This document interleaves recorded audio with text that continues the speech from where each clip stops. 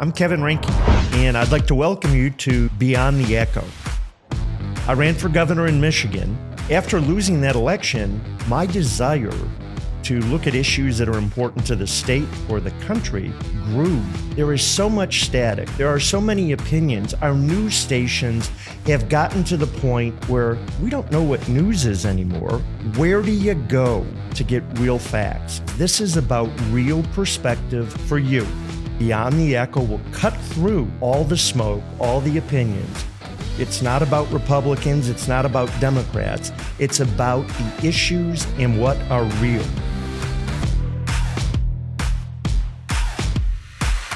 Hey, everybody, it's Kevin Rinke. Welcome to another episode of Beyond the Echo. We went into the archives today and found a clip of Gretchen Whitmer from 2012, I believe, talking about our Constitution in the state. And should the Constitution be used as a shield for the citizens of Michigan or as a sword against the citizens of Michigan? One protects all of us, one divides us. And you'll see on this video that what she said at the time might not be how she applied herself once she ascended into power. And it's endemic of what's happening in our political system today. Views change based on where you sit.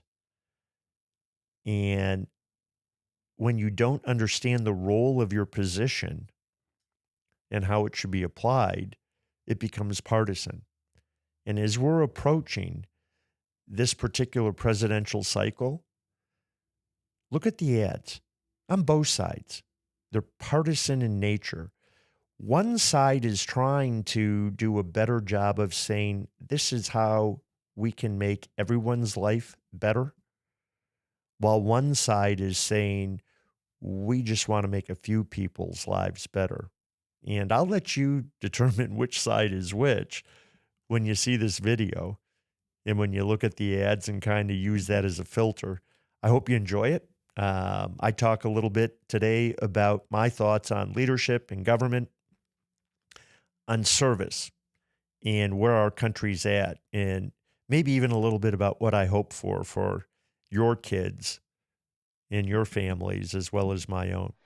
Tomorrow is Veterans Day. We're going to acknowledge people who have fought for our country, fought for our constitutional rights. And the Constitution, I have a good friend who's a wise old attorney who told me one time, and I think it was a great stroke of wisdom, and he said, the Constitution is to be used as a shield to protect people's rights, not as a sword to take down some people's rights and others. It's to protect all of our rights. And when you use it as a weapon to take away rights of some and protect only rights of few, you jeopardize the rights of all of us. I never thought that I would agree with something Gretchen Whitmer said. And I'm going to take her at face value that she believes in the Constitution, that she believes that the Constitution is a shield for the citizens that it represents. And that can be at the state level as well as the federal level. She believes that the Constitution shouldn't be used as a sword. And let's think about how her actions measure up to what was so important to her. Is the Constitution a shield that protects all of us, or is it a sword? And she talks about the influence of being in the majority or the minority. And does power corrupt? Does power create abuse? Does it make it tougher when you are a leader to recognize that partisanship is not what leadership in the governor's seat is all about? In fact, it's an abuse of power when a governor unbalances the three branches of government. And let's really take a look and say, maybe, just maybe, Gretchen forgot that she gave a speech that could have been on film. Because if the Constitution is a shield and not a sword, how do you justify lockdowns for some?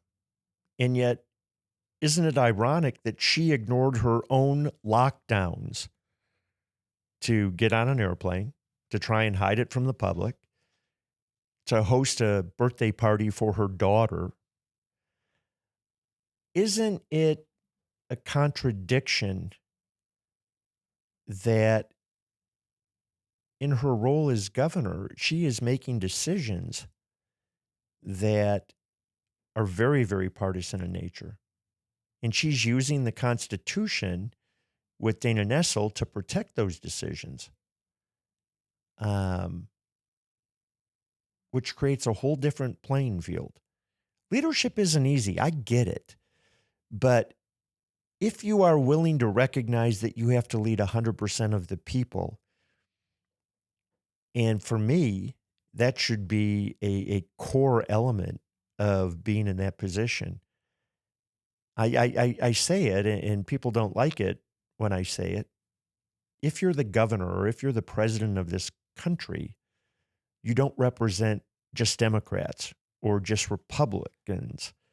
You represent America in the state of Michigan and every single person that lives in it. And I think this is a huge problem with politicians today because they are there for position, they are there for power, they are there, and it is so easy to get corrupted by lobbyists and outside influences that want something very specific for their constituents at the cost of other people's constituencies. And we do I have the solution to what's going on? No, I don't. I'd like to think that I was smart enough to come up with a solution, but maybe I'm not. But if I did, the question would be, would that solution represent you? All of you? I in today's world with the left pushing so hard to change what America and what Michigan stands for, Midwestern values, work ethic, family, community, the things that make people risk their lives to come to America to live here.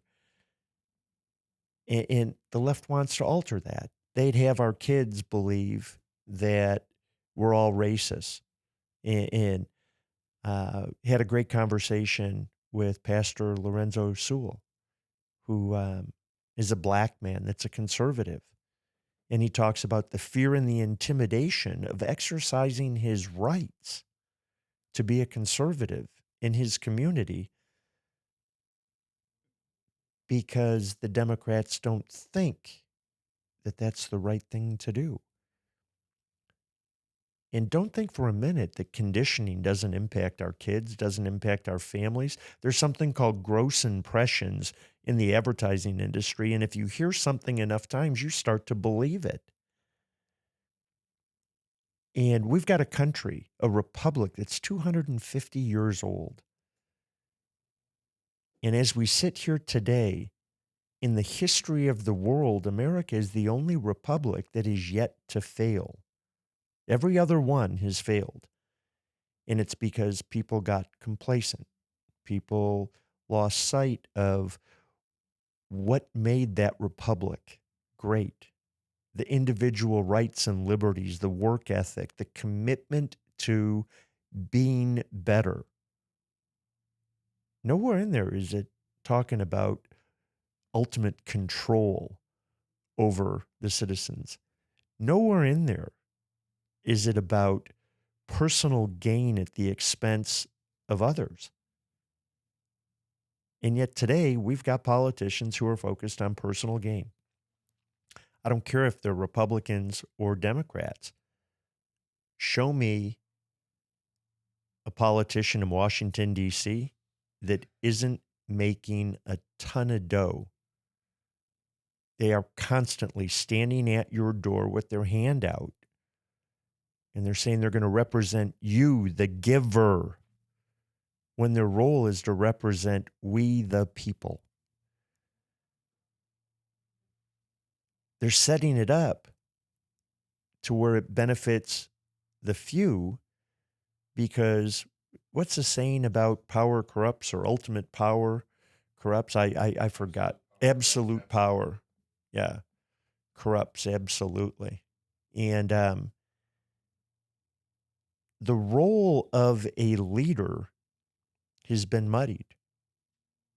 And I think there was a time in our country where really qualified people recognized that serving the country for the betterment of all was noble, and that it was important to contribute and then go back into society and experience what you created, how you contributed to that country.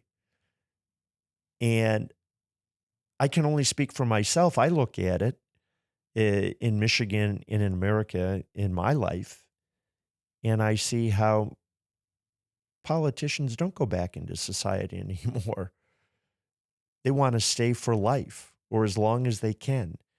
They're capitalizing on dollars and power and influence versus truly serving for the best interest. And the press has come up with all sorts of phrases and concepts. Systemic racism. 63 years old, I never heard that in the first 60 years of my life. Diversity, equity, and inclusion has turned into a $10 billion industry, and it's all the emperor's clothes. And where I'm going with this is America's lost, I think, its identity through weak leadership. And we as voters want to elect a pretty face. We want to elect someone that is likable versus capable in many instances. We expect them to make great decisions, and they don't have the qualifications to do that. And then as citizens, we complain about it, all while the press manipulates and keeps us divided. And the beauty of America, the beauty of our republic, the beauty of what we've been able to accomplish for 250 years is that collectively, as people, we can change that. If we stop thinking about me and start thinking about we, nothing's ever going to be equal.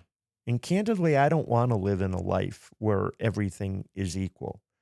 I want to aspire to people who have achieved more than me. I want to aspire to people who are smarter than me, because that's opportunity to learn, to be something different, to pass along knowledge, to make America a better place to be. And I don't care if it's in a elected political seat or if it's just in my community. To engage in the conversations about what is wrong and what can be improved shouldn't be scorned on. We live in a political world. We put ourselves in that place since World War II. We said we are going to be different than any other country in the world. And in 2024, we're saying, we can't talk about the politics of the world of which we've interjected ourselves into. The hypocrisy. We want to fight about issues that many instances we created. And be it the Israeli situation, you know, really it comes down to, do you believe in persecution of an ethnic group of people, and America doesn't accept that, or not? And we can't have that discussion civilly. Suddenly, we take the aggressors and turn them into the oppressed. Come on. Absolutely. Come on. The politics of politics is disgusting. And it's all about power. Gretchen, look back. And for me, I'm not a politician, I'm a business guy. When I say something, I want to stand by it. It actually means something to me. And that makes you unlikable because you're not pliable. You've got a backbone. You're willing to fight for what you believe in, and you're willing to allow other people to judge you versus being a limp noodle controlled by lobbyists or controlled by unions, or you can call it your constituency. Wait a minute. As governor, your constituency are the people of Michigan, not the Democratic Party or the Republican Party, the people of Michigan. When you step into that governor's role, you step out of politics, ideally, because you should be nonpartisan, just like a judge should be nonpartisan. And a lot of people don't think about that. And they don't think about it because we have legislators who are unqualified to be leaders, who are unqualified to run the business of the people fairly and justly and make those tough decisions, who step into a business role that they're totally unfamiliar with. And it's disingenuous as hell for Oprah Winfrey to talk about the poor people, or for Michelle Obama in her, $40,000 outfit to talk about the poor people like they're one of them. Maybe they should be talking about the opportunity that our republic created for two African Americans. Oprah Winfrey is a multi-billionaire. Michelle Obama is the wife of a multi-millionaire ex-president, the first black president in this land of oppression. Come on. Now, not everyone's going to be president. I get it. And not every black man who aspires or Latino who aspires to be president is going to reach that goal. But heaven forbid they lose the dream of trying, that they just become one of humanity and fit in. That's not what America's about. Instead of knocking down the kid that is the disruptor in class, maybe we should reward that kid. Instead of thinking that pills and pharmaceuticals are a way of controlling society, maybe we should start actually looking at what's healthy for our people and be willing to fight for that. We're not victims in America. Yes, there are different socioeconomic levels, but no way, no how are we victims. You can have a goal, you can have a dream, and you can achieve it if you put forth the effort. And if you fall short, the question is, think of it this way. Are you still stuck at the starting line? Or did you make progress along the way? And we forget about that progress. And it is progress, and it's real. And we cannot forget that we have things in place, like a constitution, that should be a shield instead of a sword, that shouldn't be manipulated. The phrase, the rule of law, should be adhered to by judges and people that have the responsibility to uphold the rule of law, not to manipulate it, not to massage it to fit their personal agendas. Service is about sacrifice. And you've heard me say this during the campaign, or maybe you haven't heard me say this, but I think in our lives, every American has the opportunity to learn. And every American has the opportunity at some phrase and point in their life to earn. And then you have a choice that you can choose to serve. But as soon as you serve, what's been missing is the responsibility to sacrifice. You can serve with nobility, but you can't serve with your personal agenda. You have to serve all people with an agenda, and that's different. So the sacrifice, I think, is what our politicians in our country need to consider versus the power, the position. We're seeing it right now in a presidential campaign, and I don't know about you, but it kind of gags me. At times on both sides, it gags me. And Kamala Harris isn't, my gal, right?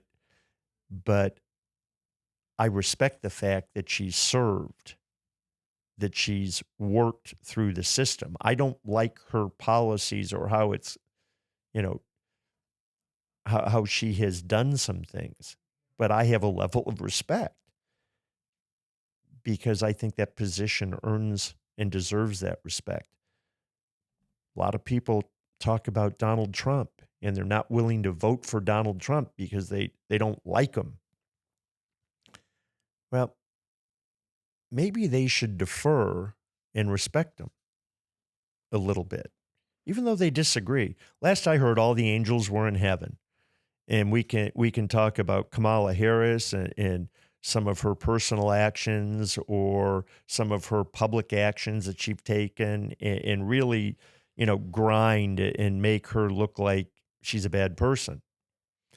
We can do the same thing with Donald Trump. They're human. They're human.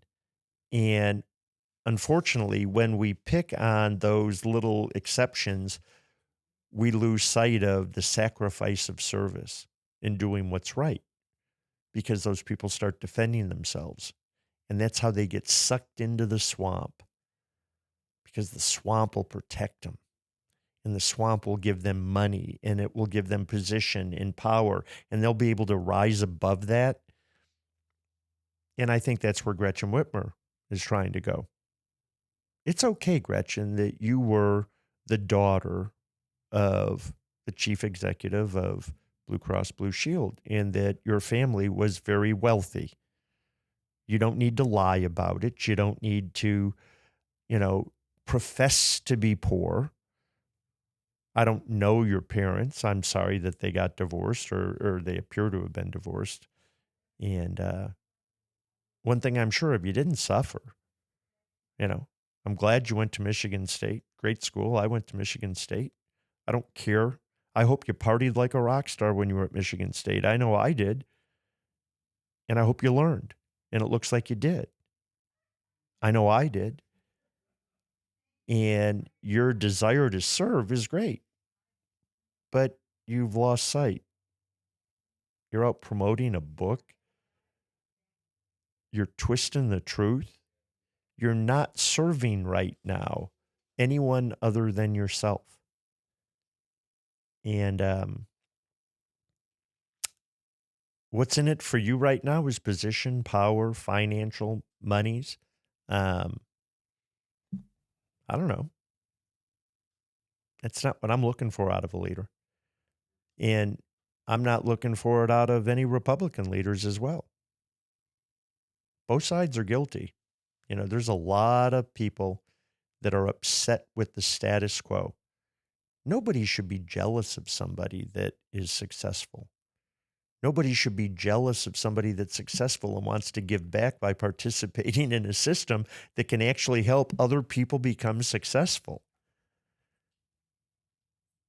Now, the Democrats do a better job, and they get a pass because of the press. But Republicans, oh, I don't like rhinos because I'm a grassrooter. You can still have conservative values, and you can still have noble intent on both sides. And, Ronald Reagan was a pretty smart guy. Maybe America's one big tent.